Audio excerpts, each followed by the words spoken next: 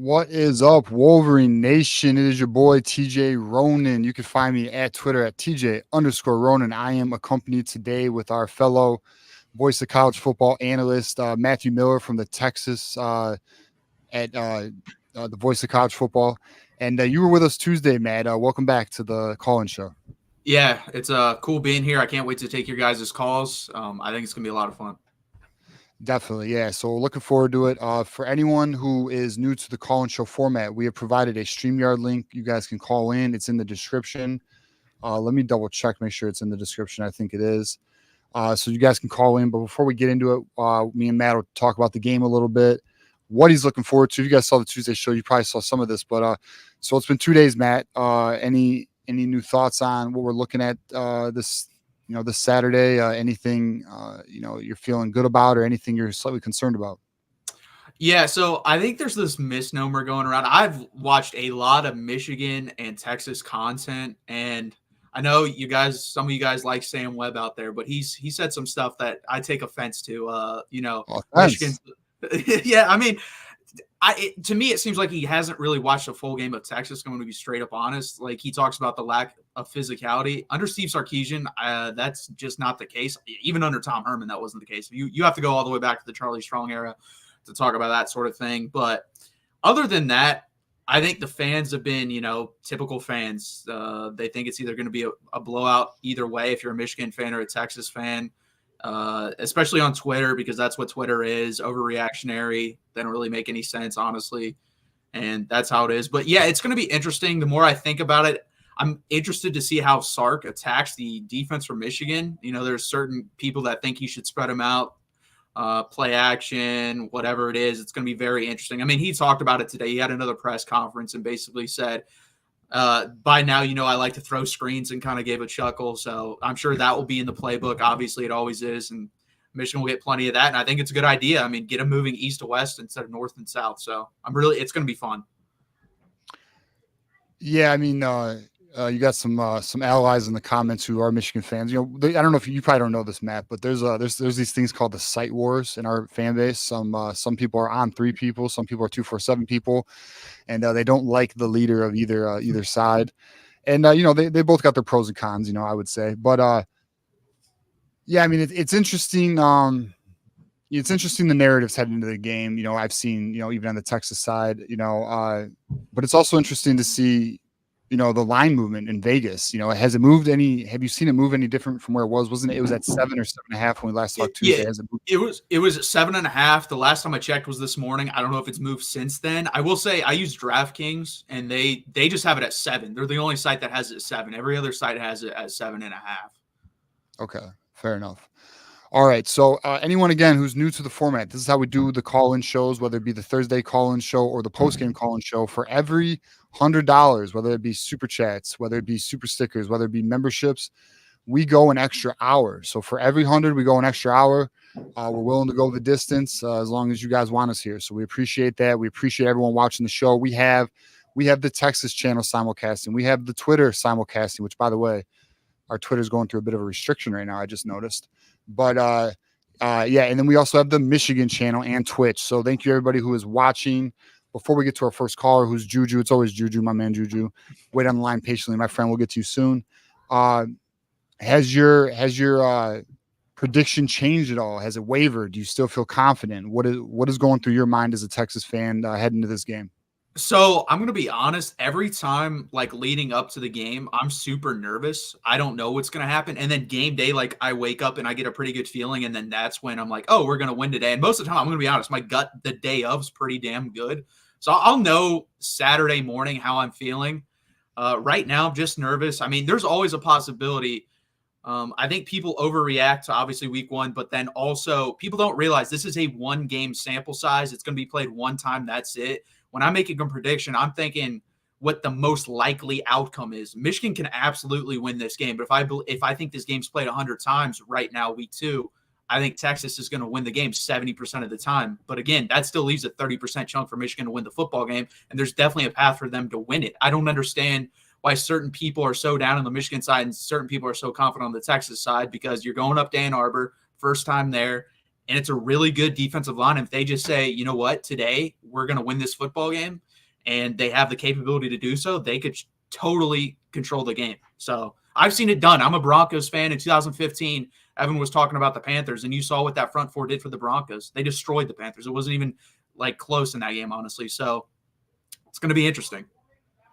Definitely, I agree with you. I'm still holding firm in my position from Tuesday night. Not much has changed. I haven't gotten any like real intel out of this week, other than the boys are working hard and focused. There's nothing really too much to share in that regard. But yeah, dude, the big game. I think we're all anticipating. Saturday, looking forward to it. I don't think either fan base is overly confident, but I do think there are contingents of each fan bases who feel a certain way. It's going to be a good clash of the Titans. And what we're going to do is we're going to bring our first caller on, our boy Juju. What is up, my man? What's good? Y'all can hear me? Yes, sir. All right, TJ. As I talked to you in Twitter, I didn't get my chance to really give everyone the rundown. And I'm glad I didn't, because I was very intoxicated. And I would have been very emotional. But I had the chance now. I'm glad I waited, because I had the chance, because I went back and watched the fucking film like 15 times over and over and over again. And what I need everyone to fucking do right now, everyone take a goddamn deep breath. Everyone in the chat and on the panel, I need y'all to take a deep breath. This is for all the fans that are listening, bro, because it was not as bad as we think. It really was not. The playbook was dumbed down. I'm gonna get to everything. I'm gonna run through everything real quick. Let it go, Juju. Let it go. Run it down. The playbook was real dumbed down, right? I'm gonna start off with the coaches. Kirk Campbell. I think he was irresponsible as fuck in week one. In week one, knowing what we got in week two, to be that vanilla with a new offensive line and a new quarterback, to be that vanilla and put your team in that much of a scenario where I love that we faced adversity, but I thought it was irresponsible to do that, knowing you have new faces. You didn't run anything. We didn't see a lot of play action. We didn't see a lot of 12 personnel with Klein and Loveland. And at the same time, we had Max fucking Bredesen split out wide at the bottom of the screen, along with Khalil Mullings as well. Don't get me started on that. We rotated wide receivers. The rotations were insane. We rotated 40 players by the second quarter. I did the math. 40 players by the second quarter. It was absolutely just irresponsible to me. The best rundown I can give you with that is we try to fit 3 preseason games that we usually have into one game. And guess what you do with that, bro? You got Fresno State. Like, they're not a pushover team. All in all, Khalil Mullings, Colston Loveland, Kendrick Bell to some degree, Miles Hinton, and Preeb, I thought played very well. From what I say, Link only gave up 3 pressures. Hinton only gave up 2. He missed 1 blocking assessment. The offensive line as a whole, everyone needs to breathe on that, because there are 5 new starters, bro. 5 new starters. And all the shit that they did on last Saturday is fixable. It's not like they were blowing assignments. I went back and watched the shit over and over, bro. They did not blow assignments. It was technique. It was 1 missed block here, 1 missed block there. So the offense, everyone just needs to calm down, bro, because we didn't see any deep over the middle routes. We didn't see any play action, not really in 12 personnel. A lot of the shit confused me too. Everyone needs to calm down. Okay, I'll get your thoughts on the offense before I go to the defense. Go ahead. Can I make a comment on that real quick? Yeah, go for it, Matt. Yeah, so John and I talked when you left, TJ, for the split second on the live stream Tuesday, and I thought Sharon Moore kind of got caught up in the game rotating people, because he was doing what he planned going into the game instead of reacting in the game, because the game was different than he thought. So he was just rotating. He's keeping that rotation. He's like, oh, this will probably be like 21-0 at this point. Let's rotate these guys in. And instead of reacting to the game's close, you don't need to be rotating at that point. That's the only thing I saw from that. And that's because Texas rotated a lot too, but it was a blowout when they decided to let's put in the guys and start rotating. We played 77 guys the first game, and it's because we got that big lead. We started putting in the second, third guys. We put in the second guys a little bit in the beginning, but not much. So that's what I think happened with Sharon Moore there, in my opinion. Yeah, and I'll add to that, TJ, before you go. I just got one more point. Khalil Mullings is RB1. That's not even a question. But to add to that, Kirk Campbell, if you do not scheme up to his best ability, bro, Stop. Like, he can run between the tackles. Get him off tackle. Like, I don't know how many times I got to say this shit. Get him off tackle. Like we're not doing enough of that. Even going back to last year, we didn't do enough of that. The only knock that I had against Donovan Edwards, I swear, bro, on my son's life, Dono, my boy, if you do not pick up a fucking blitzing linebacker, bro, I will march my ass to Ann Arbor and drop kick you into your locker, bro. Like, pick up a blitzing linebacker, bro. You just two-hand touched him. That is my biggest complaint with Donald. Go ahead, TJ. Yeah, no, that was a bad miss. I mean, I think we all agree. And I mean, I agree with everything you're saying. I mean, it was a vanilla off. I mean, we knew that. Like, we knew going into this game that it was going to be very vanilla.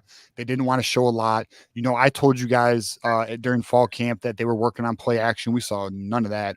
We didn't see any 12 personnel they barely split Colson Loveland out wide. Like, I think it's all strategic and intentional, though. I mean, I think, and if you saw Sharon's grin when he said, and this is a little concerning a little bit for me, but we'll see if they can make it work. Is they were like, "Oh, are we gonna see more Alex Orji?" Did you see what Sharon Moore's response was when he was? Yeah, he said the package is gonna grow and extensive, which concerns the shit out of me because, bro, you did not rotate them well.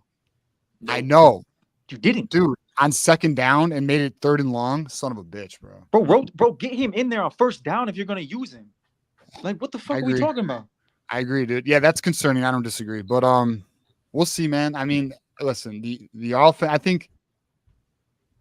Since we're focused on offense, we'll stay on the offense. But I mean, there's just a lot of work in progress. But I agree with you. I think, and I said this, I said this in the Tuesday show. I was like, look, we have a good team. We have talent. The concern is we have so much to improve on in 1 week. That's where the concern lies for me. Like, like I said, if this was a week 7 game, that's a different animal. Like, right. I feel like we'd be up for that. But like the fact that it's week 2 is where the concern lies for me. But like most people say, and I'm sure Keith will be letting me know here. He's the next caller. You grow the most from week 1 to week 2. So we'll see what the boys can do. I mean, I know they're putting in work, but I agree with you. And I think majority of the chat and everyone watching agrees with you. Khalil Mullins should be RB1. They need to get creative with Donovan Edwards. It's not that he's not good or he's not talented. It's just they're using him improperly. It's just not his strength to be between the tackles runner. He's just not that. So they got to figure out how to utilize him better. And then we'll see. Hopefully Donovan or Davis Warren is more composed in the pocket and he doesn't lock in on guys. That's a big step, a big thing. Yeah, I didn't even touch on him yet. He needs to, get more composed. I mean, it's not that he wasn't doing happy feet. He wasn't, he just was locking in, and he was also not allowing routes to develop and making poor throws. He had more time than he realized on certain occasions. So, I mean, it's just, again, it's a first time starting quarterback, experiencing live bullets, live fire. So, we'll see.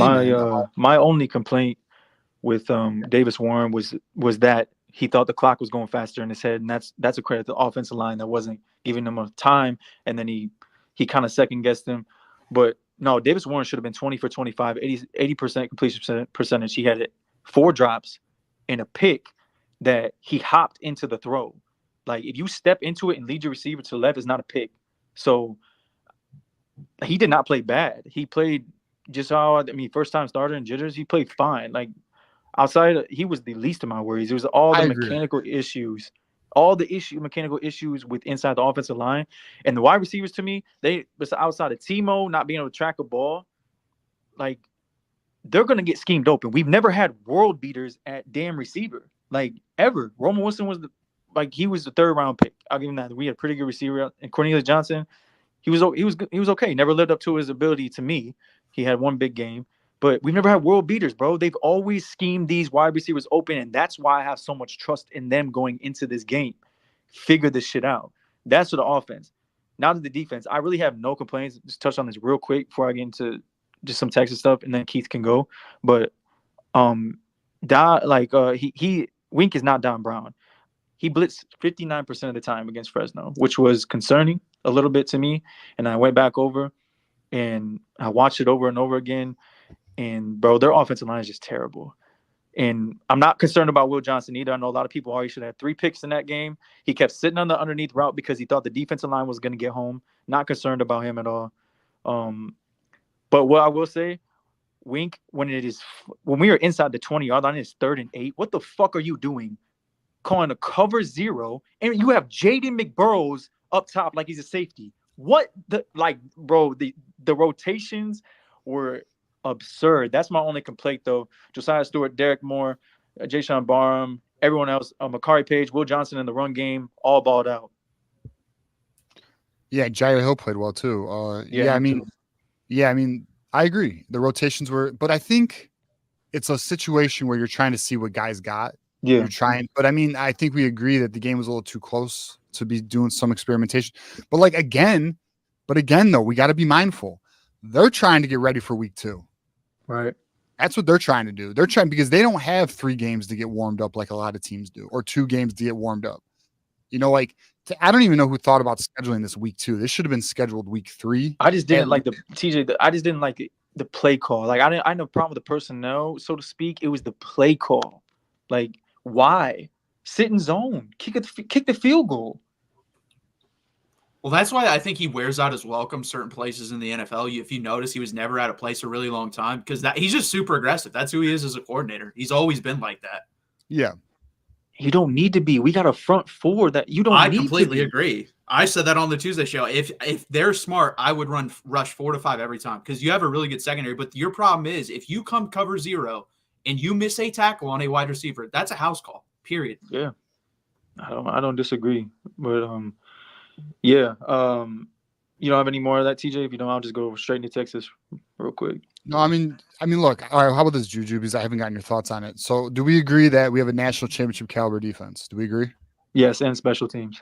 Okay, that was going to be my next thing. So, we agree there. So, what do we need to see offensively?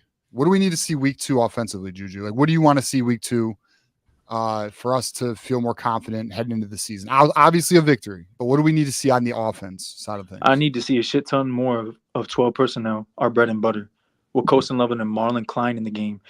I love Max Bredesen. Please stop putting him on the end line. Please. Just, to me, bro, we got 6'6", 250 in Marlon Klein, bro. Use him. Please. That's all I'm asking. Just use him. We seen him on the drive, the 7-play, 75-yard drive. Marlon Klein and Colston Lovin were in the game on the touchdown scoring drive. Use it, please. I'm going to need Kirk Campbell to get very creative, bro, because we know what we have in Samaj Morgan and Tyler Morris, but we don't know what we have in the third receiver. You got to get creative. You need to get creative. If I see one more like gadget play for Samaj, like I might just break my TV, bro. He's a real receiver. Use him. Like the one time he did, he caught the ball for 9 yards. Just use him. And I need to see more duos and more pin and pulls, not just zone blocking, which we will see. And I need to see Khalil Mullins carry this ball probably about 23 times this game.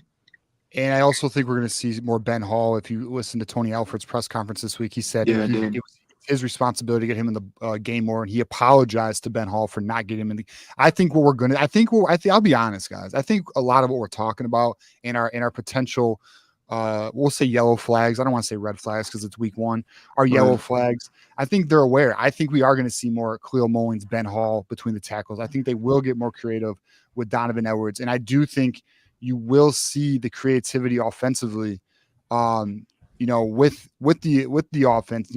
I think they just really did not want to show a lot to Texas, and I'm sure Texas did the same thing week 1. Like I said on Tuesday, I said, look, we're gonna find out what we're about. Michigan's gonna give it everything they got to get that victory. They're not holding anything back. Now, don't get me wrong, they might have some plays tucked in, up their sleeve for the third or fourth quarter, but I mean, the game itself, like they got to come to win, and they're going to come to win. So we're gonna see. We're gonna find out the real deal. Both these squads. And to add to that, real quick. Hold on, Juju. Let's get up to. Go ahead. Yeah, go ahead. Baby DeLoe. Michigan should control the clock and chokehold Texas. Exactly, and that's one of my keys. My key points or my keys to the victory, which is we need to sustain drives. If we do not sustain drives offensively and our defense is on the field more than it should be, then Texas is going to take advantage of that and wear us out, even though we do have depth, even though we do rotate a high amount of guys. A big concern for me is the offense being unable to sustain drives, because that is not going to succeed against Texas. Texas is going to they're going to score. We have to hold Texas to a short field. We got to try and 3-and-out them. If we can't 3-and-out them, we got to hold them to field goals. Okay, we cannot let them get touchdowns, and then we have got to sustain offensive drives. If we can do that, we can win. But thank you for your $1.99 super chat. We appreciate that. And again, I want to remind everybody watching, because we have a bunch of viewers now.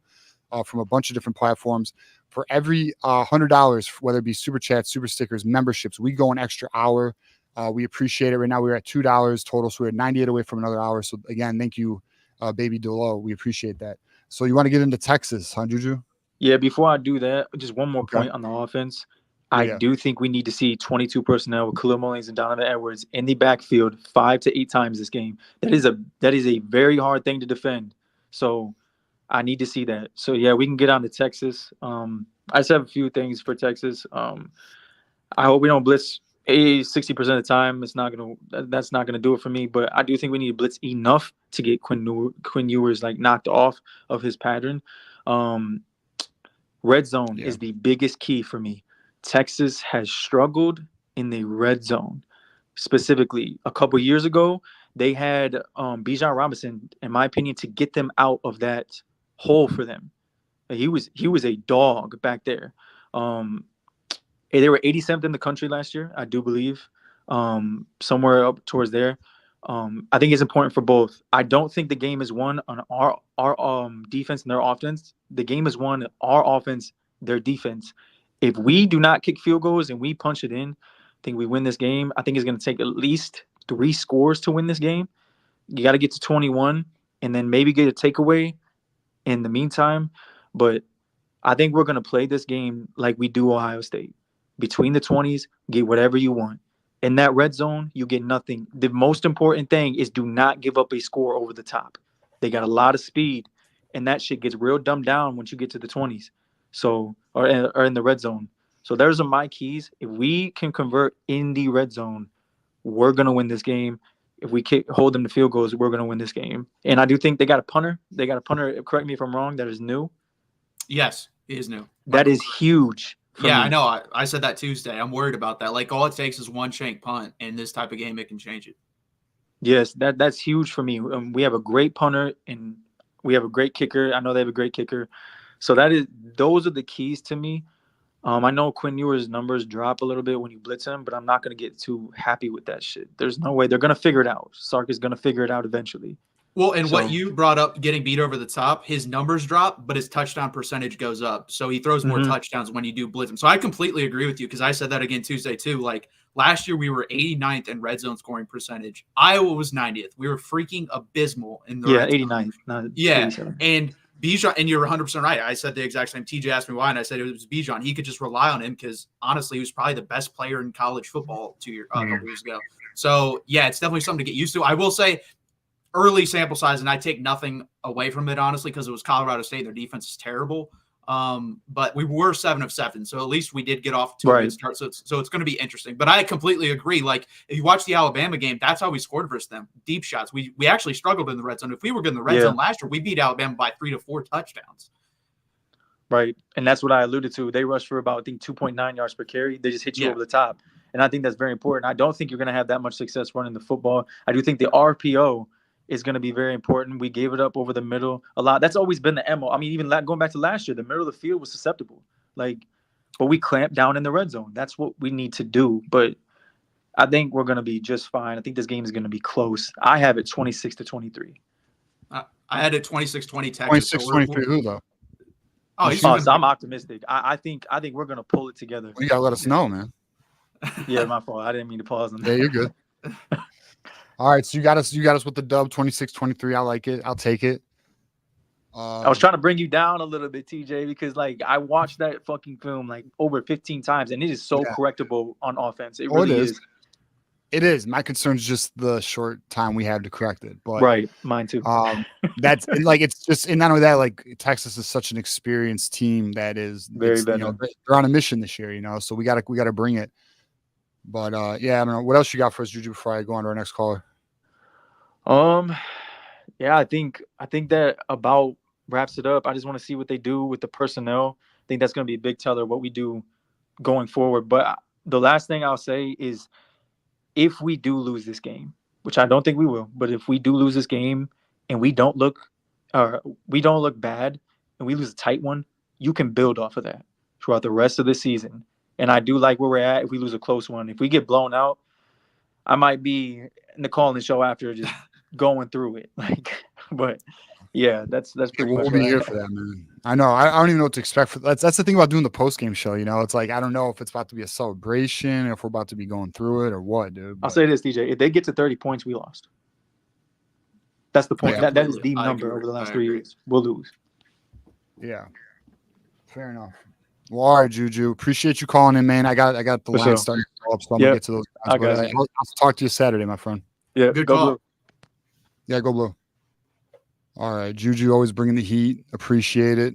And then we got a friend of the program. You know him, Matt Jackson Johnson. What is up, man? What's up, Oh, Jackson? what's up, gentlemen? How you doing tonight? I'm good, man. Good. How you doing? Doing pretty good. An exciting night of the Michigan call-in show, USC call-in show later on, and a little bit of Chiefs Ravens on NBC. Hey, I got that game going right now. I got I got Xavier Worthy and Patrick Mahomes, so I'm trying to win my fantasy league. Yeah, I got Worthy too. Yeah. Oh yeah. Yeah. Dude, people don't even know. He's about to blow up, man. He's about to be Tyreek Hill Jr., man. I swear. But what you got man. for us, Jackson? Well, I wanted to go over a little bit about Michigan, Texas. I'm curious about that Michigan quarterback situation and how it's looking this Saturday.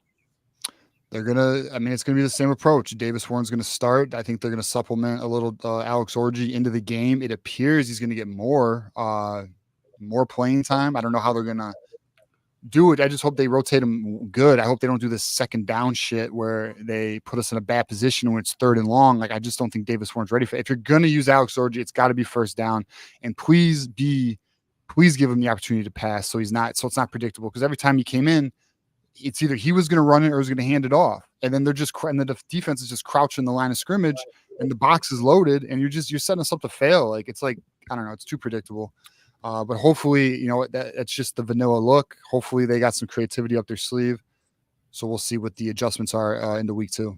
When on top of that, don't get caught up in your game plan. Sark has done that a couple times in the past. Like, adjust with the flow of the game, man. Like, every game takes on a flow of its own. And if Alec Orji doesn't fit in that flow, there's no need to force him into the football game. It just doesn't make any sense. Well, Matthew, how are you feeling about the running game for Texas? Because I know like the 2 running backs were out before the season even started.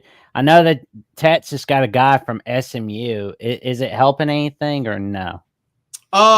He's like a king in case of emergency break glass. Basically, he got a couple carries. Velton Gardner, I forget his first name. But yeah, I trust Jared Gibson, Jaden Blue, and Trey Wisener. I don't expect much of them in the running game. I do expect them to be utilized in the passing game because Jaden Blue might be the fastest player in college football now. He's tracked at over 23 miles per hour game time last year. So him in the slot or him out of the backfield catching passes is definitely successful when we do it. And it's going to be interesting. I'm more worried about them in pass protection. I'm not really worried about them running the ball because we probably weren't going to be able to do that anyways. I'm just going to keep saying, like the Alabama game last year, we passed the ball 38 times, rushed it 37 times, and it was 2.9 yards per carry.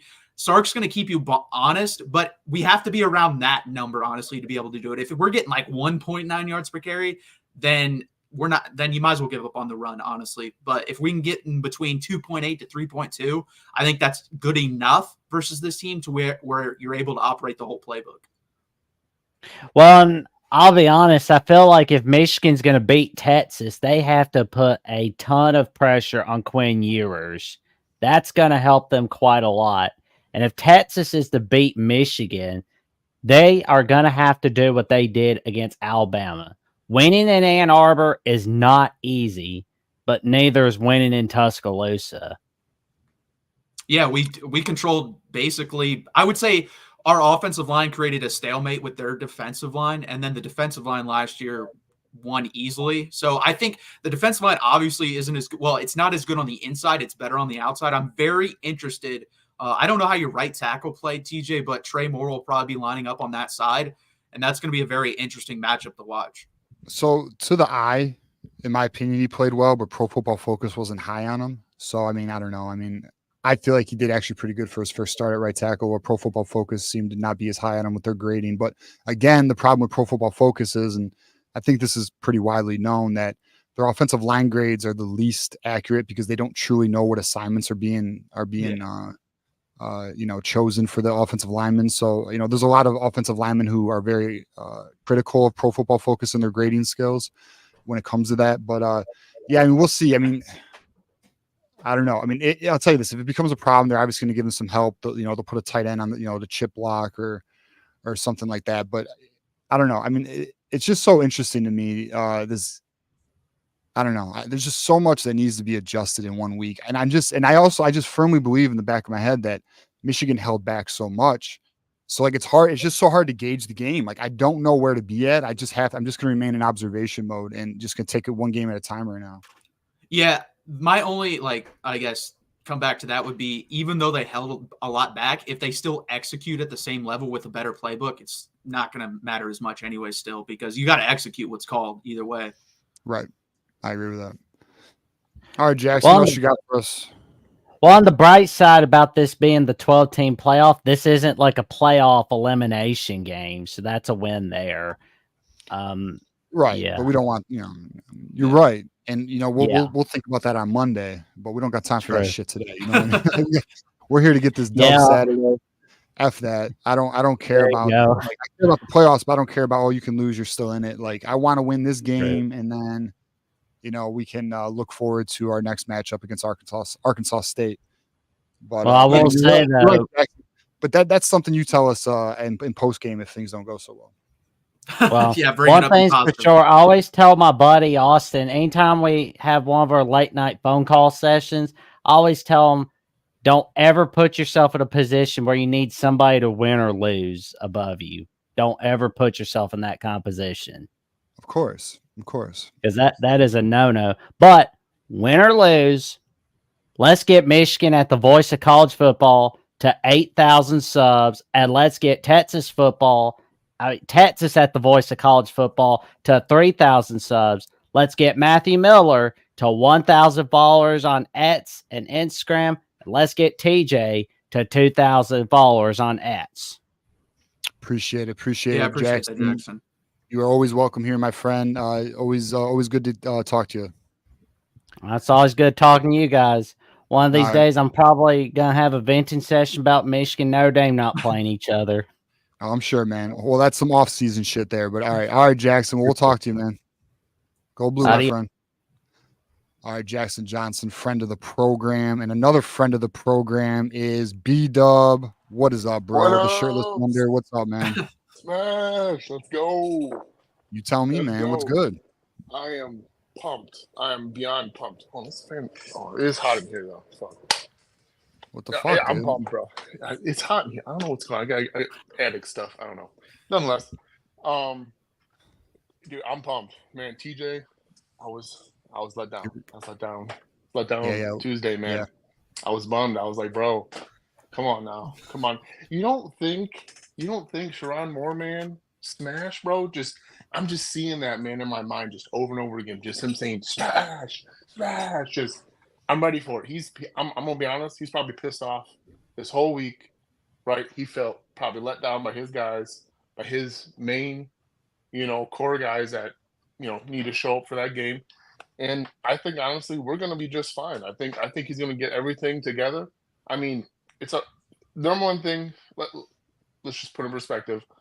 He's our O-line coach, obviously. Newsom is too, but really, O-line, right?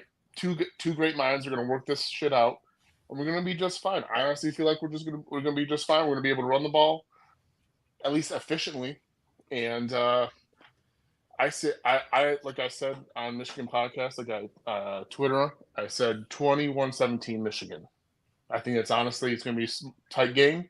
I think our defense is gonna come up clutch in some spots, and I'm feeling great, man. I'm feeling great. I think we're gonna smash the ball down their throats one way or another.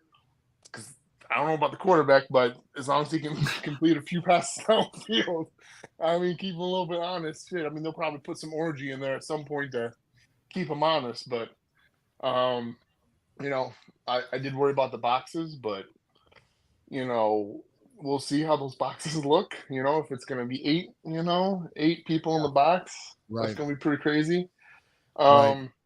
I was honestly the only thing that I just have a little concern about, because there was an actual statistic, was it was 60% Because I was watching the roundtable, and I think Brian said it was like 60% of the defensive snaps were blitzes, and I was like, why is it 60%? But I don't know, whatever. Obviously, I think hopefully Wink will learn from his stuff. If he's gonna, I don't think he's gonna do too much. I would hope not. Cover zero, but blitzing. But we'll see. We'll see, right? I mean, like they were talking about if McBurles just drives, that's not a touchdown, but he backs up and he gives this guy tons of space. So it's like he didn't that, which you learn from that. So, and then I think Texas is really good. I think Cornelius was good. I think again, if we can do it's different because they still do zone, but I think you got to zone blitz them a lot because I think no matter any quarterback in college, if you play zone, they don't like that. So I think if we can do that and get to them, I think we got a chance. I think we're going to win this game. I think they will definitely, crank up the zone blitzing. That we started to do that towards the end of the Fresno State game, and we really started to, get at them. I think you will see that. I think, listen, there's gonna be a lot of creativity coming. We have no idea. The reality is, we have no idea what this team's capable. You got to think about that too. Like, like two things are going to happen, right? One, Sarkisian's going to RPO, right? That's just what he's known for. Yeah, he's going to do that, and we're going to zone blitz and false pressure, and we're going to try to run the ball, and they're going to try and I don't know what they do on defense, but I'm pretty sure they'll run wherever they run on defense. I honestly don't know, but those are the two things I know for sure. So it's like, all right, well, offensive game plan for us and defensive game plan for you guys. I mean, we're in the dark, right? That's it. I mean, our offense versus your defense, that's sort of in the dark, but our defense versus your offense, we know what's up. We know what to expect. So I think, obviously, the first game doesn't dictate that whatsoever. I think Texas runs vanilla stuff, and we ran vanilla stuff. And that's sometimes what you got to do. You just got to run vanilla stuff. That's what you're supposed to do week one. Honestly, that's Michigan's motto. I'm pretty sure it's most people's motto because you got to just run basics, especially if you got new guys. You got to run basics. You got to get it down. Make sure that people can block, cover, run, and, we'll see what Dono does. I hope Dono, they did say that obviously, the line didn't help him very much. I think, I don't know. I'm not. Someone else is going to touch on that. I won't touch on it because we already know how that. I think we talked on the post game show that, I think it's a given thing. So about his vision, we'll see how it goes this year. But no, I feel good. I feel good. I'm pumped, bro. I'm pumped. You should be pumped, TJ. Okay. I'm amped up, bro. I just have my concerns, coaches, man. We got two of them. We don't just got one. We got two. Dude, I'm amped up, bro. Look, I already said it. I mean, look, so. I know a lot of people might have been a little caught off guard with my prediction for the game on Tuesday, and you may think maybe I'm a little discouraged. I'm not. I'm actually amped up for the game. We can win the game. I just have my slight concern with the amount of time we have to correct some of these issues, but I'm also a firm believer that we have no idea what this team's capable of. I firmly believe the playbook is limited. I firmly believe we have far more creativity up our sleeve offensively and defensively. Like, I think we have a lot to offer. It's just, I don't know. So I'm in observation mode. Okay. Like, I am amped up. I'm ready to go. It's horns down. Like we know this. This is what it is. Actually, this is better. Yeah, there you go. Go. We can see, I can see face, you. Yeah, get mad. Well, the only thing that is definitely weird, I don't know how much he's going to open up the playbook, right? Because if you think about it, I mean, how I felt last year was Ohio State was our game, but compared to Alabama, I mean, what we did versus Alabama was completely. I've never seen so many shifts and motions in my entire life. Personally, right. I know, right? I was just none like, whoa, we had none of that. Where did this come from? So obviously that was Sharon Moore, and I'm like, okay, so are we going to do that against Texas? Because that would be great. But then if you do that against Texas, what are you going to do against USC? What are you going to do against Ohio State? So it's like you got to pick your poison of how much the playbook you want to release to get stuff on. But I would hope that he feels confident that, hey, no matter what, we're going to block them. Like, that's just who we are. We're just going to run our offense. We're going to run it. So, I mean, you got to execute at the end of the day. And Yeah. We'll see. I mean, I would hope I see a lot more motions come for Texas because that's a big game. We need it. But yeah, we'll see. We'll see. But I got high. All right. Well, how about this, Bull? Give me your prediction. Did you give your score prediction yet and what you think it's going to be? I'll say again. Yeah, no, it's. I think it's going to be 21 Michigan, 17 Texas. That's right. Okay. Yeah, all right. I think it's going to be a tight game. I think it has to be, honestly. 21 points for us against Texas. I think that's going to be pretty formidable. And we just got to hold Texas down. We got hope. We can get to Ewers. So, yeah. Okay, fair enough. All right, B-Dub. We appreciate it, man.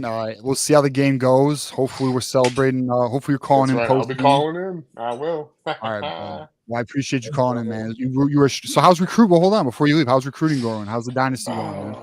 Let me see. Oh, we actually ironically have it right here. Let's see. Let's get back out. What a coincidence! The game's on. Yeah. What do we got? Recruiting.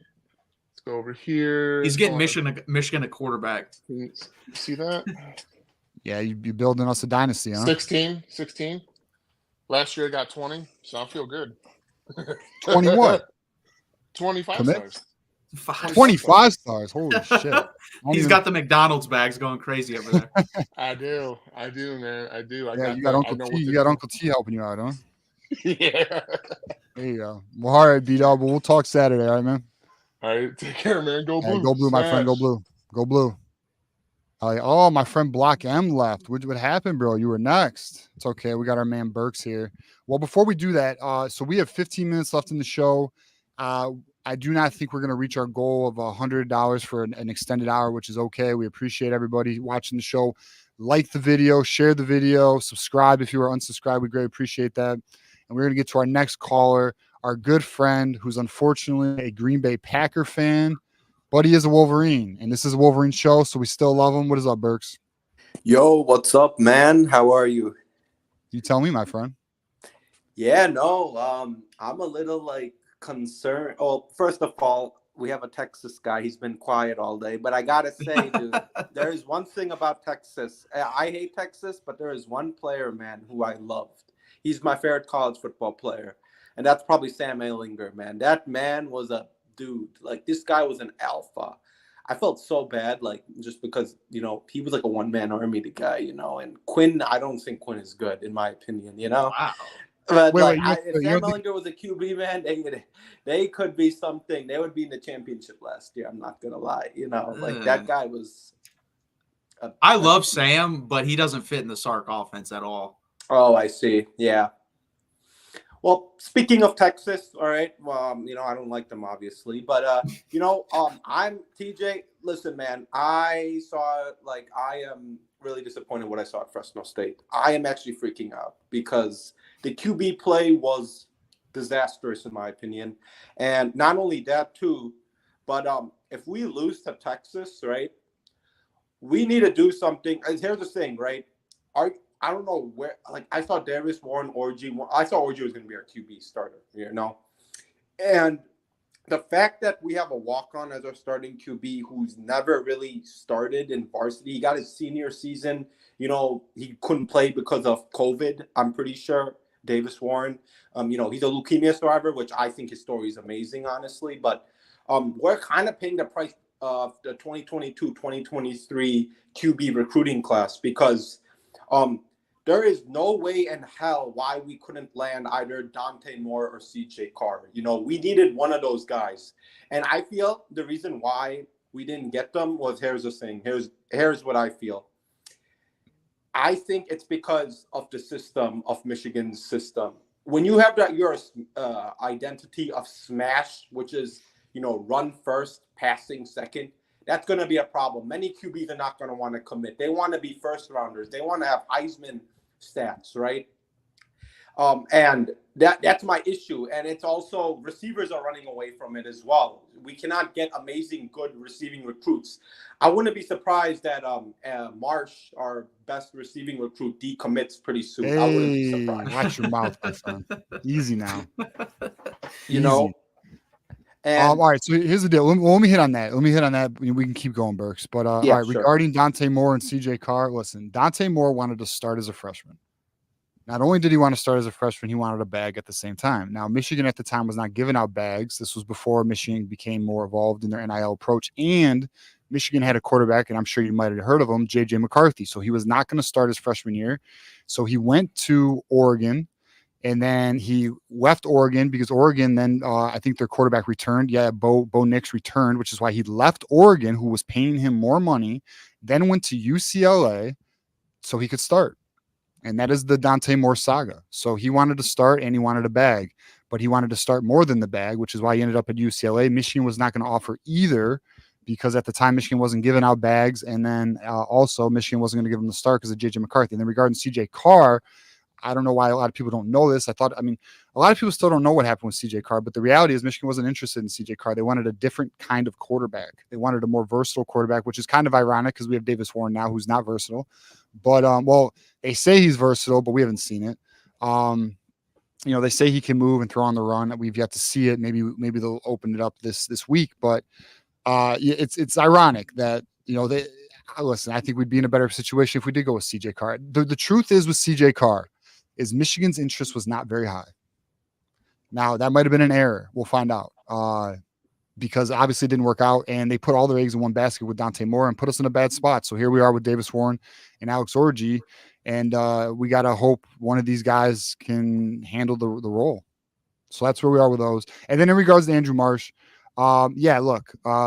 here's some reality.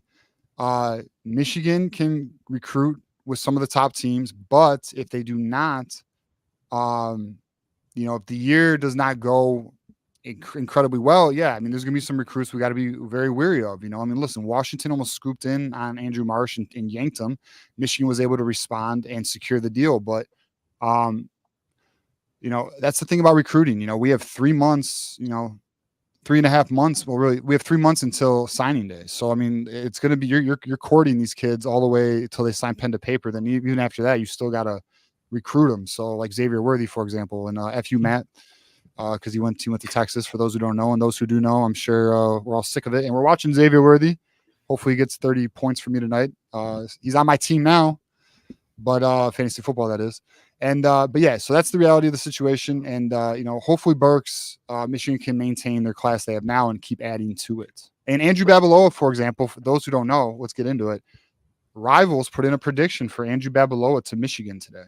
So very interesting turn of events there. We'll see. We'll keep our eye to it. But that's the only one who gave that prediction. I also, Burks, before we get back to our call here, let me give a shout out to our boy Moose for supporting the channel. I think we held back. I think we held a lot back and trust the coaches will make proper adjustments this week in practice. I think you're going to see a lot of more creativity in the game. I like Michigan 27-24. Zavada for the game-winning field goal. I like it, Moose. I really hope this is prophecy.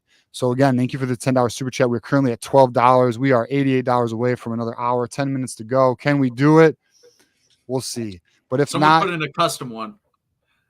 What up? Someone put in a custom one, $88 right now. Yeah, that'd be funny. But that'd be cool. But all right, Burks, what else you got for us, my friend? Yes, but the problem is that you see, here's the thing, right? I'm not making any predictions. I really feel Michigan can win, but they can easily lose. My issue is our future. If Davis Warren and these guys, because I'm already looking at Davis Warren and Orji, I still don't think they're both the answer. Like, I saw that awful pass from Orji at Fresno State when he went for the run and he threw it. Then I saw Davis Warren. He doesn't have really any mobility. He cannot run through, like, when, pocket he's getting in pressure. He can't run, he just has bad coordination, and there was a receiver open, didn't hit him. I know it's his first game, but I'm already losing faith in those two QBs. And not only that, but our future is Brady Hart can easily decommit too. I'm at a point where if he becomes a 5-star, he can. If he's a 5-star, he could decommit because he might see Michigan we're not getting any good receiver because no one wants to come. I want to play in the NFL. I want to have Texas is kind of doing something right. They're doing a 60-40 pass run. We're doing more run pass. We're run first, pass second. I feel like that worked with Blake Corum and our old linemen. But I think for the future, we got a lot of hidden gems too. Those last 3 years, that's how we became really good. We got good old linemen, good running backs. It worked. But I feel like it's not going to work in the future, I feel. And I feel like if Texas beats us, we need to take a play out of their playbook, because what Texas is doing, they're actually getting good QB recruits, receiving recruits, running back recruits, I feel like, we need to be more pass and then run second, because if we do run first, pass second, if we do more running plays, less passing plays, like it's going to scare away our QB recruits that, 5-star QB recruits, because, these days they want to, be a first rounder. They want to have amazing stats. And then, receivers too, and that's why I feel we're not getting good QB recruits and, receiving recruits as well. It's because of this. Okay. So here's the deal. Okay. So you hit on a lot of things that there is some truth in what you're saying, but there's also some, there's some gray area with it. And what I mean by that is, like, look, Michigan's not going to change their identity. They will always be a power run team, especially under Sharon Moore. But what we can do is we can become more balanced offensively with a passing attack. The problem is we may or may not have the quarterback who's able to do that. Now, here's the deal, though. You're talking about how Texas is recruiting quarterbacks, how they're recruiting wide receivers. Well, listen, Texas is a far more aggressive team with NIL than Michigan is. They have a far bigger NIL budget than Michigan does right now. I mean, I don't know if it's far bigger, but it's definitely larger. Now, here's the thing too, Burks, that I think a lot of people, and it's something I actually haven't touched on our show. Michigan's going to lose some of their high-priced players to the draft this year, like Kenneth Graham, Mason Graham, Will Johnson, and that frees up money. Okay. Michigan's going to have a lot more money to play with in December's transfer portal. Michigan's going to have a lot more money to play with in 26 class. Not only is Michigan going to offload a bunch of, are about to have a bunch of money to play with next year, because they're going to be, a lot of players are going to be moving on to the next level. You also have the revenue share is going to kick in for next year as well. Michigan's going to have a lot more money to be far more competitive with some of these more expensive exotics, is what I call them, exotic Ferraris, these high priced weapons on the outside, or running back, quarterback. So that is something that Michigan's going to listen. I am very confident that Michigan's going to get more aggressive. Ward, okay. Here's something to really think about. I don't know if you're a Ward fan or not, Burks. Are you a Ward fan or no? Man. Okay, I don't know. He's average. He's average. He's average. All right. So listen, you want to know a true sign that Michigan is evolving and changing the way they look at things. Ward Manuel has recently had some public appearances. Ward Manuel has publicly stated that there is a culture or a philosophical belief amongst Michigan donors of not paying athletes, and that is beginning to change. The fact that Ward Manuel is even willing to say that publicly tells you how far we've come. Yeah. Okay, like Michigan is starting to evolve with the times. They're going to get better. Burks, your concerns are fairly valid, and they're concerned. And you're a fan. You just want us to remain elite and stay at top. Here's the thing, though, Burks. The truth is, winning doesn't fucking matter. If you want to become a high-powered offensive attack, you can buy all the players in the world, but then the problem is culture. Now, the top teams, and Matt will attest to this, the top teams have culture and talent, and then you got to figure out a way to balance that. So that's what Michigan needs to figure out. They need to get more aggressive with their recruiting and their money, okay, because we now see what Auburn's doing. They're buying everybody. We just lost a player to Auburn. I'm not saying you got to buy everybody, but you do need to get some weapons. Like, for example, you talk about Brady Hart. I feel pretty confident he's locked in. I think he will be a JJ type where he's not wavering. Like, remember, we had JJ, right? We went through that 2020 season where we went 2-4, and what did he do? He rallied the entire recruiting class, and that very recruiting class won us a national title. I feel very similar about Brady Hart. He seems to be locked in. He's already recruiting. I think the 25 recruiting class is going to be at least top 10. I know they are expecting to be very aggressive financially with 2025 recruiting. So we'll see. I think your concerns have some validity, Burks, but I also think we need to remember that Michigan's gonna have a lot more money available after these premier players move on next year. And then two, Michigan's approach is slowly by month evolving. So it'll be all right, man. Listen, we're not gonna we're not gonna be, screwed. Like, they're gonna figure it out. And I think Ward's excuse, I'll use it as an excuse, or his reason is actually somewhat valid. I don't agree with it fully. I think they could have evolved much quicker, but he said, well, the reason why we didn't start doing what some of the other teams are doing is because we're being looked under a microscope by the NCAA. Well, I mean, there's truth to that. You know, what teams are doing in NIL, if we did that, NCAA would fucking cook us. They'd cook us. You know, but like they can get away with it because the NCAA is not watching every move they make. Right now, the NCAA is watching every move we make. I mean, they're getting Sharon Morse text messages. Like they're going after coaches' phones and shit. Like they can't get away with it. Listen, they're coming at Michigan because Clinkscale verified a recruit's freaking Instagram account, helped them get it verified. Damn. That's the shit they're coming at us about. Yeah, that's nuts. Crazy. You got kids getting Lambos, bro. Yeah, you know, like $1 million deals, houses for parents, jobs for parents, bi-weekly direct deposits just to visit. Like it's crazy what's going on. Yeah, I just freaked out and I apologize. You know, I just want my team to be stable, Michigan, because I don't want them to be in the dark ages. Fair. You know, I'm not asking for championships. I'm asking, like I am obviously, but I'm asking for playoff appearances and, you know, just consistently. I'm not asking for, give us a championship in like 3 to 4 years. No, I'm not asking that. I just want it to be stable, and that's my issue. Is after a Fresno State game, you know, I kind of was freaking out, but you know, I appreciate this stuff. You know, you kind of calmed me down because you know, just the quarterback. I think it was just, you know, Davis Warren's first game, and hopefully it gets better. But yeah, I appreciate it. And I wanted to speak on the culture thing too about like NIL money. It's also, if you're paying certain guys who are already on your team a certain amount of money, it's really hard to go over that and pay for recruits more than that, because then they come in and talk about it and then it looks bad and those guys are going to ask for more money. The only time Texas has ever gone over what someone on the team is currently making is to Corian Moore. They offered him 1.2, I think it was, and he went to Oregon anyways. I think they matched it. And that's the only guy they ever went out of their way of like, you know what, we're going to make you a Godfather offer. Everything else was like run-of-the-mill type offers. Well, you don't think Arch Manning got a Godfather offer? No, I don't. I actually don't. You don't? I don't know. There's word he got over $1 million. No, I don't believe that at all. According to at least everyone that reports about it said no chance. He may get that in the future, but currently right now, no. Okay. It's crazy because Texas's NIL, I remember, was not that great. I think Casey Thompson was talking about how bad it was, and then he transferred to Nebraska. And now it's doing good, but it wasn't that great in the beginning, I remember, according to him.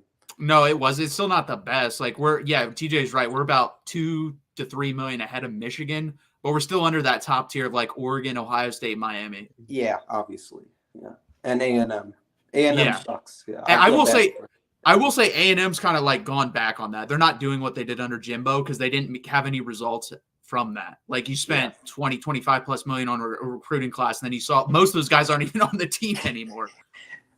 Yeah, I feel bad for anyone who's an A&M fan because like they're just pathetic program. That's all I have to say. Texas. Oh, I agree with you on that. They're a sad disgrace to college football. They are.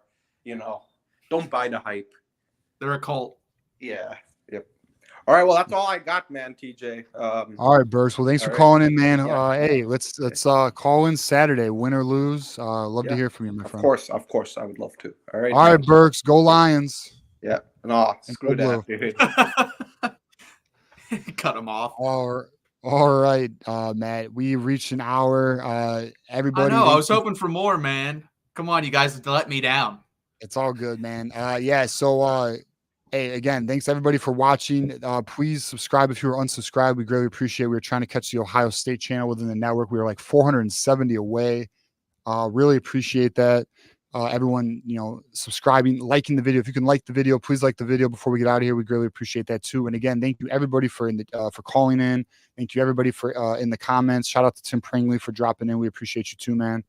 Definitely appreciate everyone supporting each other within the network. That's always good to see.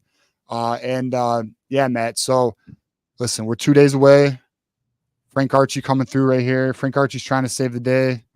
We need 70 Michigan more. has the heart of a champion with a winning culture that's based on brotherhood, physicality, and discipline. They'll find a way to pull it out. You know, we do have that. It's a home. We're at home. I think the boys got some tricks up their sleeves. I'm hoping for the victory.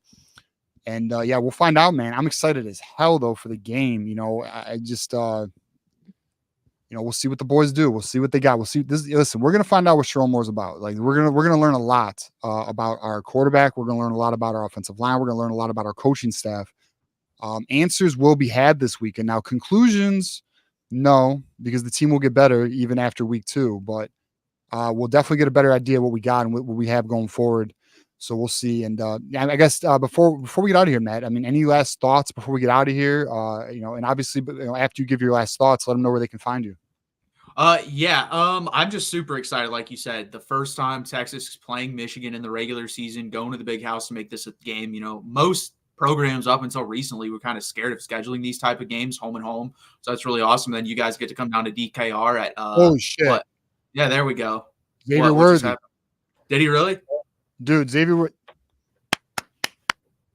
Oh yeah, bro. My fantasy team's already popping. All right. I have him in too. I got my It's up to you if you want to take Sean's call. I'm cool with it. Hey, Sean, I appreciate you, man, but we're up against it on the hour. We're on the you want me to I kind of do, but it's up to you. It's your channel. Give the people what they want. Fine, we'll take Sean's call. Sean's calls. Hey, you know what? Thanks to Frank Archie. We're gonna give a shout out to here. Frank Archie hooking us up with the $10. He bought us another phone call. What is up, Sean? Talk to me. What's up, my friend? Hey, not much. Not fully situated yet. I figured I'd have a little bit of time, but since your boys were a little light in the wallet tonight, I guess all good. All good, man. It's that damn NFL game, man. Oh, stupid. No fun league. I agree. All right. But speaking of fun, got about the only fun game this week, right? Light schedule. Yeah, Tennessee, North Carolina State, I think will be pretty good. But that's it's it. a pretty interesting week of games, huh? Yeah. And then they put you guys right up at 12 o'clock, which just completely messes with my personal life this week in such an awful way. So I probably won't even get to watch the game live, but that sucks.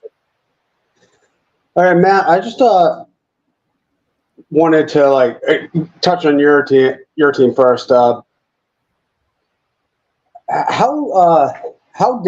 much of a loss were those the interior guys and the exterior receivers that you lost in the draft this year? All of them, I think, were top 50 picks. Yeah, they were. You're right. There were 4. I think, if really specific, I think 4 in the top 48. And the only reason T'Vondre Sweat fell that far is because he's an idiot and had a DUI 2 weeks before the draft, and he still went in the second round. And he weighs 400 pounds, and people are concerned about that. Yeah, but no. So this is how I look on it. In the interior, are we going to be as good against the run? Absolutely not. It's impossible. If you look at literally every statistic, we were top 5 in the run game. I think we had the best rushing defense in the country last year. It's just not going to happen. What I said is, I think 2 years ago, we were in the 25 to 35 range, and we had 2 7th-round guys. This year, we have Alfred Collins, who's a third, somewhere between the 3rd and 5th round. That's where he'll go. And then you have Jermaine Poulet, Tia Sevilla, Bill Norton. It's really deep. That's, I will say. And then there's a couple other guys too that will get drafted. Will they go as high as Byron Murphy and T'Vondre Sweat? Probably not, unless they have a breakout year in the next year or two. But we're still good there. We're not going to be great. And then, but we did get better. I think literally every other position is better. The 2 edges are better than they were last year. Malik Muhammad, who was a freshman breakout at the cornerback position. He was the 2nd highest rated cornerback in the Big 12, according to Pro Football Focus. He's going to take that next step. I've already seen the Colorado State game. He looked phenomenal. And then we slid Jahdae Barron out from the nickelback to the cornerback, and he made a phenomenal play on the ball in the Colorado State game. He's just a very instinctual player, so we're definitely better there. People don't realize we had 2 guys that I think in the next level, one of them's already there with the Steelers. Ryan Watts is a safety in the NFL playing cornerback at Texas. And then Terrence Brooks is probably Ryan Watts, a former Buckeye. Yeah, and they wanted him to play safety there too, and he just didn't want to do it. And then Terrence Brooks is at Illinois now. If he makes it to the NFL, he will be a safety. So you had literally your 2 starting cornerbacks basically going to play safety in the next level. And then we got much more athletic, bringing in Andrew Makuba and Derek Williams, going from his freshman to a sophomore year, more athletic, more experienced back there. So I think, honestly, we're better at 9 out of the 11 positions. It just happens to be our 2 best players on the interior are gone. And then the same thing with the wide receivers. If you took this room compared to last year's room, the top two guys, no matter what, would be Xavier Worthy, A.D. Mitchell. No matter what you want to say, I thought A.D. Mitchell, personally, I thought he was the third best wide receiver coming out in the draft. I said that on the draft show with you, TJ. I think he's going to ball out for the Colts. And if you compared them, we wouldn't have those. Again, those would be the top two guys. But then you could literally have a debate with the 6 guys this year with Jordan Whittington. Like, that's a real debate you could have. So way more deep. Also, way more speed. Like, this is a track team at the wide receiver room and also the running back room with Jaden Blue, who's extremely fast as well. Yeah. Well, that was very comprehensive there. I feel like the biggest question mark for TJ is I feel like the offense there is some excuse making. That the game plan was vanilla, that the game plan was this. Fresno State has defensive linemen, 2 defensive tackles that weigh under 280 pounds. This was the 100th ranked rush defense in the country last year.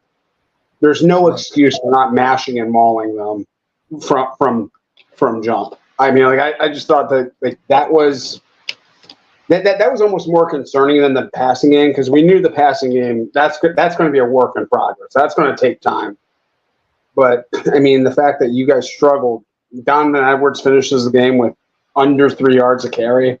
I mean, it was a little that's kind of concerning. Like, no matter how much weaker Texas is on the interior, they're going to be better than Fresno State. Yeah, okay. So listen, the playbook was vanilla. I mean, it is what it is, but should they have executed better? Yeah, they should have executed better, right? Like, should it have looked better? It should have looked better. I mean, did Michigan get pushed back? They did get pushed back. So, I mean, obviously there's some issues there. I don't disagree with you, Sean. I mean, like, what I do disagree with is the playbook was extremely vanilla. I mean, it just was. And you could see in the second half, they did start to open up a little bit. I mean, I'd say they used at most 35% of their playbook that game. Like, they didn't, like, there was not much. This offense was so simple. There wasn't much going on with it. There was no creativity. You know, it's like they really were just trying to keep their cards close to their vest going into week 2. Now listen, Sean, we'll find out this weekend. We're going to find out the real deal this weekend. You know, like, we're going to see how much is vanilla and how much is reality, right? So we're going to get a taste of reality real quick. So, I mean, I'm excited to find out. I mean, I think there's some, you know, like, I can give you my best guess, and my best guess is it's vanilla and the team has more to show. But, I mean, the reality is we're going to find out. Like, I don't know, man. Just as much as, like, you think it might be a little bit more of a potential red flag is what you're saying. You're saying it's a red flag. It should have been more should have been better. We can both agree on it should have been better at the end of the day. So, I mean, I don't know, man. Look, at the end of, like, dude, like, I'm going into this game. I am amped and I want the dub and I think we can get it. But, like, don't get me wrong. In the back of my mind, I have some concerns as well. Like, I don't know. I hope they can do it within 1 week, you know, so we'll see. But let me give a shout out here to Blue Wolverine. 2 months as a member. Blue Wolverine even has a special custom emoji in our chat because he's a very good contributor to the channel and a very good friend of the channel. So go Blue, horns down. Let's turn the narrative around. I agree, man. Horns down. So shout out to Blue Wolverine, and we'll just leave that there. So what else you got for us, Sean? Because we got one more caller. Keegan, you are our last caller. I'll get to you, bud. We'll get to Keegan, and then we're getting out of here. So we can watch some Thursday Night Football. Yeah, so, I guess we've been over all the tactical football stuff I wanted to cover. I just want to know your guys' feeling about this being a noon kick, because I do not like these big games at noon. I think it's kind of a problem in college football. No, I hate it. Yeah. So here's the thing, though. So I like night games. I think primetime. I think big games should be primetime night games. I really do. But like college, that's not the case. College, the noon game, you know, that's why I got the big noon kickoff. And like, you got to remember this too, Sean. And you know, you're a Buckeye, you know. Fox has first rights. So Fox is going to get the best matchup, and they're going to put it at noon. And that's just what it's going to be. You know, like what I would like to see, and but a lot of people are like, no, you could never do that, is I want to see the Ohio State Michigan game at night. I want to see that at night. I think that'd be amped up. I think that'd be an amazing atmosphere to be at. But a lot of people don't want that. They want the tradition, even though the game's moved it's moved a lot. It's history. But Well, I want to say I was at the game in 2006. That was the only time in my life that game was played at 3:30. I don't know why it was played at 3:30 that year, but that game, the sun came down around like 5:30, 5:45. Right there, played most of the second half in the dark, and that was the most intense football environment I've ever been a part of. So, yeah, I agree with you. That's Texas got moved finally from noon for the Oklahoma Texas game to 3:30 this year, and I'm hoping it's a night game. That will be an absolutely insane game if it's played at night. That's in October, right? Yeah. So it'll sun will probably be going down for the fourth quarter or so in that game. Yeah. All right, I'll let Keegan hop on, guys. Best of luck to both your teams, and I mean that sincerely for one of you. Yeah, I got it. And I will hopefully I'll talk with both of you guys through the season. All right, Sean, have a good one, man. Go Blue. See you, man. Fucking guys rooting for the Texas Longhorns. Yeah, all right, we'll take our next caller. Keegan, what is up, my friend? You are the last caller of the night. What's up, my friend? What up, guys? What's up? Tell me, man. How's my mic? Sound good, dude. Good. Okay. Yeah, a lot of content this week. I've been crushing content. Watched the game like y'all a couple times, and it didn't look as bad because you don't have the same. In the live game, you had expectations that weren't met, so it felt a lot worse than what it actually was. And Al Bohr just said that there was, typical Michigan plays. I didn't see a lot of maybe they weren't executing, but I didn't see a lot of the duo and the pin and pulls. Maybe it's just from my vantage point, but it did look it did look very vanilla. Orgy throwing that ground ball was concerning. I agree with Sam's point, and Johnny had a guy on, or he was doing a show with a guy that made the point that if he's not in a lot, it's hard to stay fresh and warmed up. So I can see that, but as bad as he missed it, I just don't know. So that was concerning.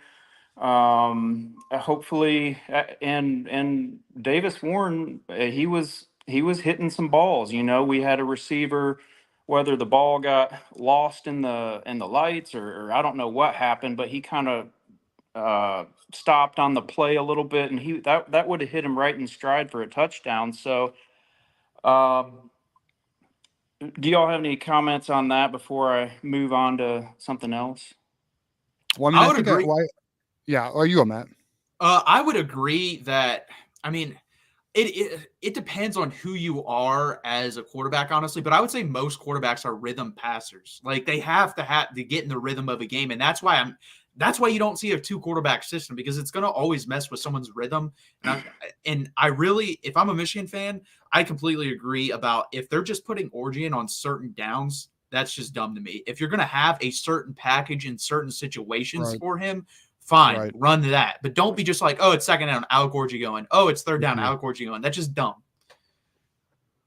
Agree. No, I agree with that. I mean, I think, there wasn't a lot of pin and pulls, and it was a limited playbook. Like that's why, dude, I have my concerns, right? But like at the same time, I'm also like, okay, well, I know we were not optimal. We were not running everything we're capable of running. It's a lot easier to set things up when you have full access, full capacity of your playbook. Like if Michigan's only running 30% of their playbook, they can't set other things up, and like, listen, the thing about Fresno State is like for a group of 5 team, they are one of the best group of 5 teams. They are one of the top, I don't know, I'd say 5 to 8 group of 5 teams. Would you disagree with that, Matt? No, I would agree. Because Boise State, them in the Mountain West, and then like Memphis, probably 5 to So I mean, it's not like they're playing Colorado State here, right? So it's not like you're playing freaking Idaho, Oregon. Like we went against a legit ass group of 5 teams. So listen, that's not an excuse though. Like, don't get me wrong, we should have looked better, we should have performed better. But at the end of the day, like, we have a limited playbook. It's also a lot of starters gelling together. So we'll see. So again, I'm in observation mode week to week right now. I will say this though: Fresno State went 4-4 in the Mountain West. Colorado State went 3-5 last year. There's not that much difference.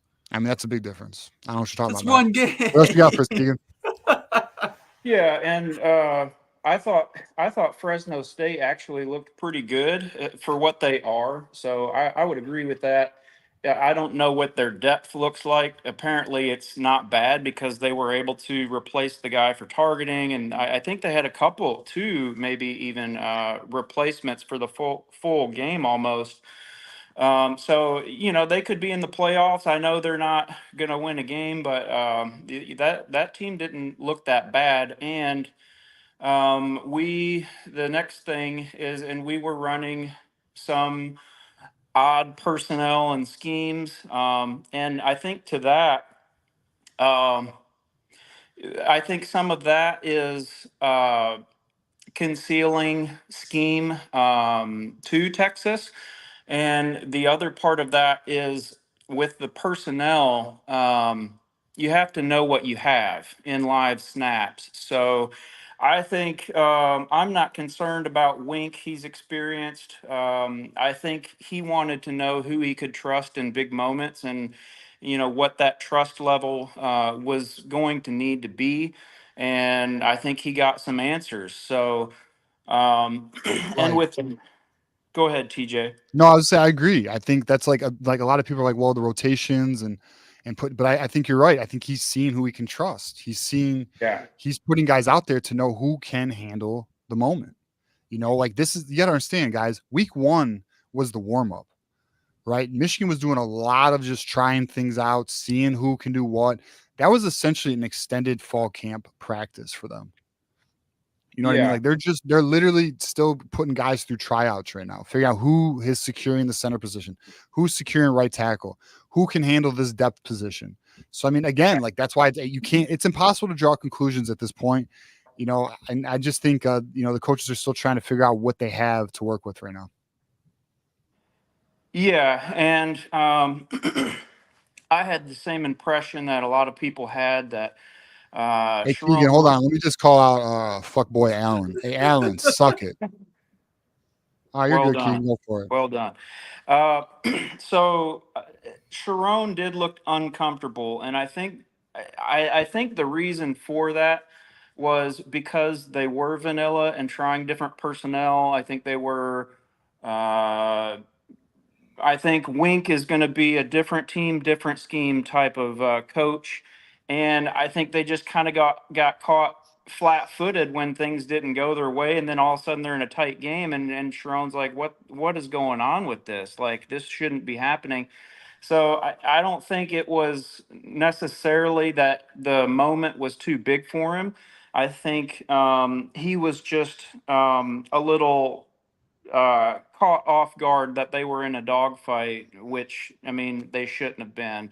And so that's why everybody was concerned. Is it shouldn't have been. The result wasn't what the expectations were, even though what they missed the spread by like 0.5, I think. Right. Yep. So it is from an analytical approach about what you could expect. And with the Texas game upcoming,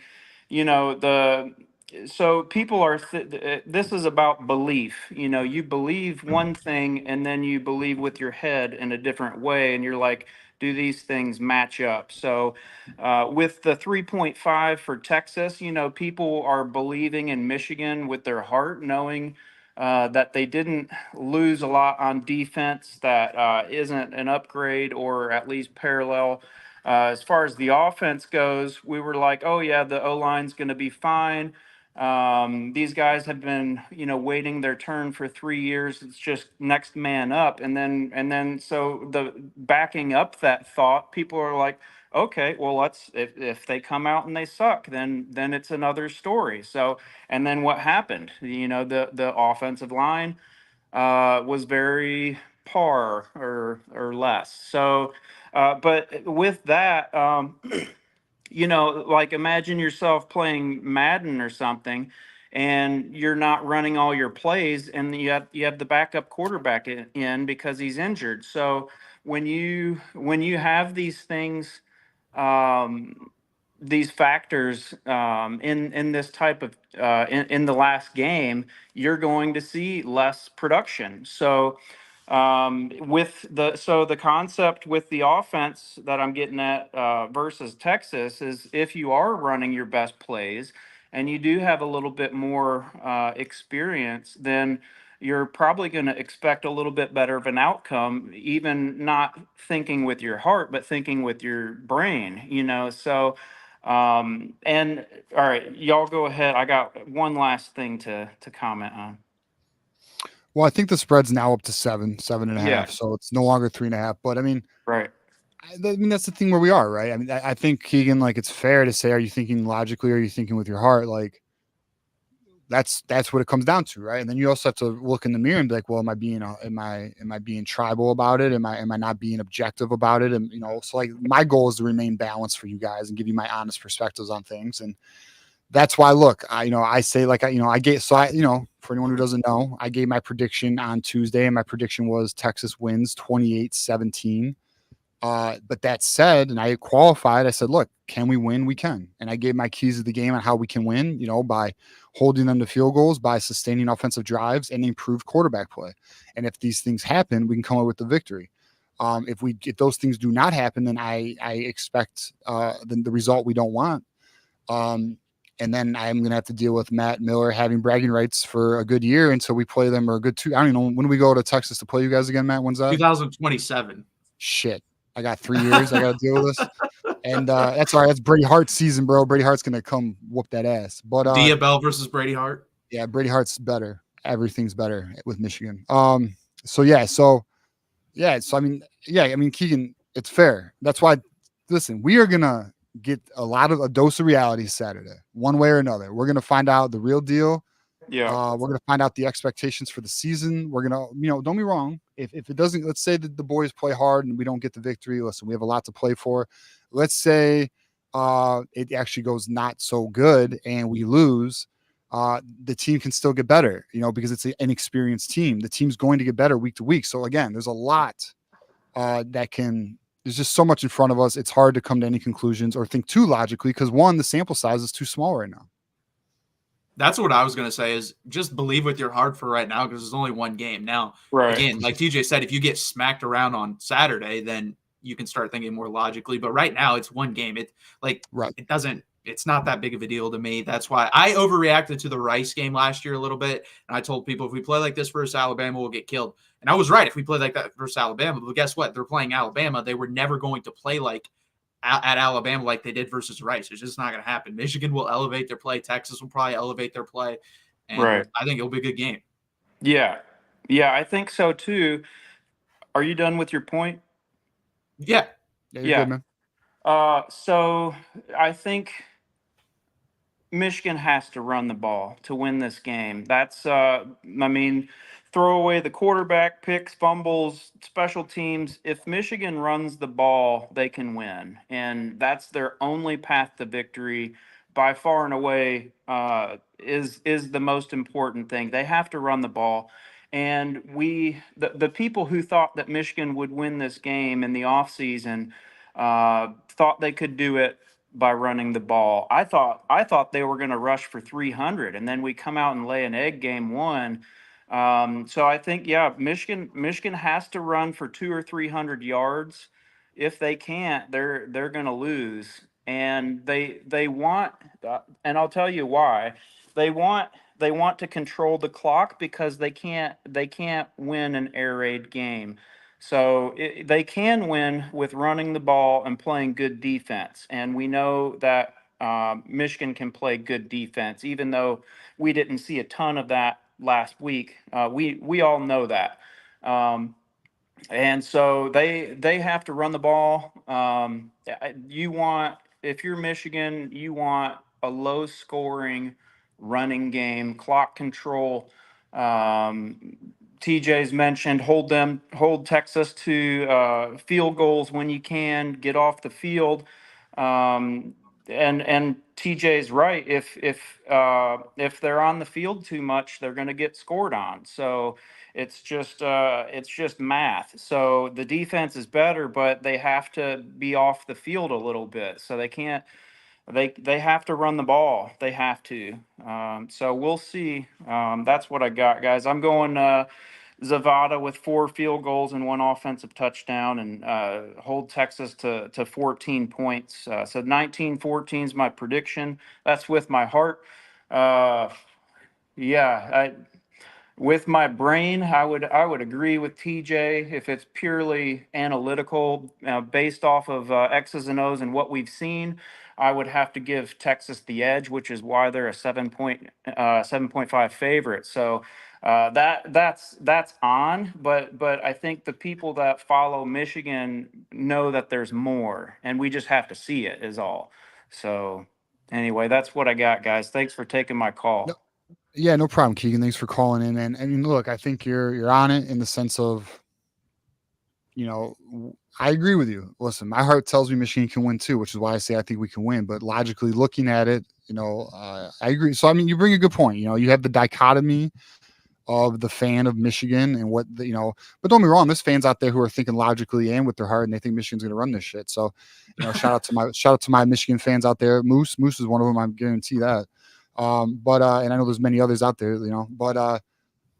yeah, so we'll see. We'll find out how the Saturday goes. Big game. Thanks again for Keegan for calling in. So go blue, my friend. Go blue, both of you.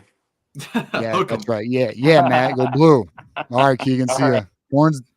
Did you just horns up me, bro? All right. So anyways, yeah. So again, so that was our last caller, Keegan. Thank you, man. We appreciate you calling in. Been a long time viewer for us. We appreciate that. But yeah, Matt. So here we go, bro. Call-in show has ended. We have one more day till Saturday. Give us your final thoughts here. Let everyone know where they can find you. And Matt may or may not be in postgame. We'll see how the result of the game goes. Let's ask that real quick. Who wants me in postgame here? TJ only wants me if we lose, but I'm not. We're not doing that. We got to decide by tomorrow, guys. Dude, you should have told me to put I would have put up a poll in the chat. Yeah, all right, how about this? Matt wants to know if he can join us for postgame, regardless of outcome. So you guys let us know in the chat if you want Matt to come or not. I am on the side of I don't want to deal with him if it doesn't go a certain way. So if he wants to join us in a loss and a loss for Texas, then he's more than welcome to join us for a loss to Texas and talk some ball. We'll be there for him. Of course we will. We're friends. He's a friend of ours. But if they happen to pull out the dub, Matt, I don't want to see you for at least a month. A month, damn. I'm messing. No, but yeah, it's funny because I'll be here. Like I said, we discussed this backstage Tuesday, and I said I've been here when Texas loses to Kansas in Sark's first year. I'll be here whenever they win a national championship, lose a national championship, go 3-9. If they ever do that, hopefully they never do that, but I'll be here for that. So if you guys want me here, I'm here. Again, find me on X at MatthewMS97. Please go over there, give me a follow there. I'm sure Jackson's still in here, so Hope Plug, mate. He's always got that. And then go over to the Texas channel. Guys, if just 15 of you guys could go over there and subscribe to the Texas channel, like the content over there as well. It helps the brand of the voice of college football. I really appreciate this crossover content. It was a lot of fun. All good, Alan. Look at Dependent Fanatic. Yeah, listen, it's not about being a sore loser. It's just I don't want to fucking deal with Matt. All right, so I'm just messing around. But we'll see how it goes. We'll see how the game goes. It's 2-0. I don't know. I think John I think his vote counts as 10. Mine counts as 15. So we'll see how it goes. But I'm just messing with you, bro. We'll figure it out. I'll see depending on how the game goes, we'll see how I'm feeling. All right. Okay. But we'll figure it out. But again, hey, thanks everybody. Appreciate everyone watching. Thank you everybody for subscribing, tuning in, liking the video, super chatting. Appreciate everyone for contributing to the show. And again, as you guys know, it is always go blue.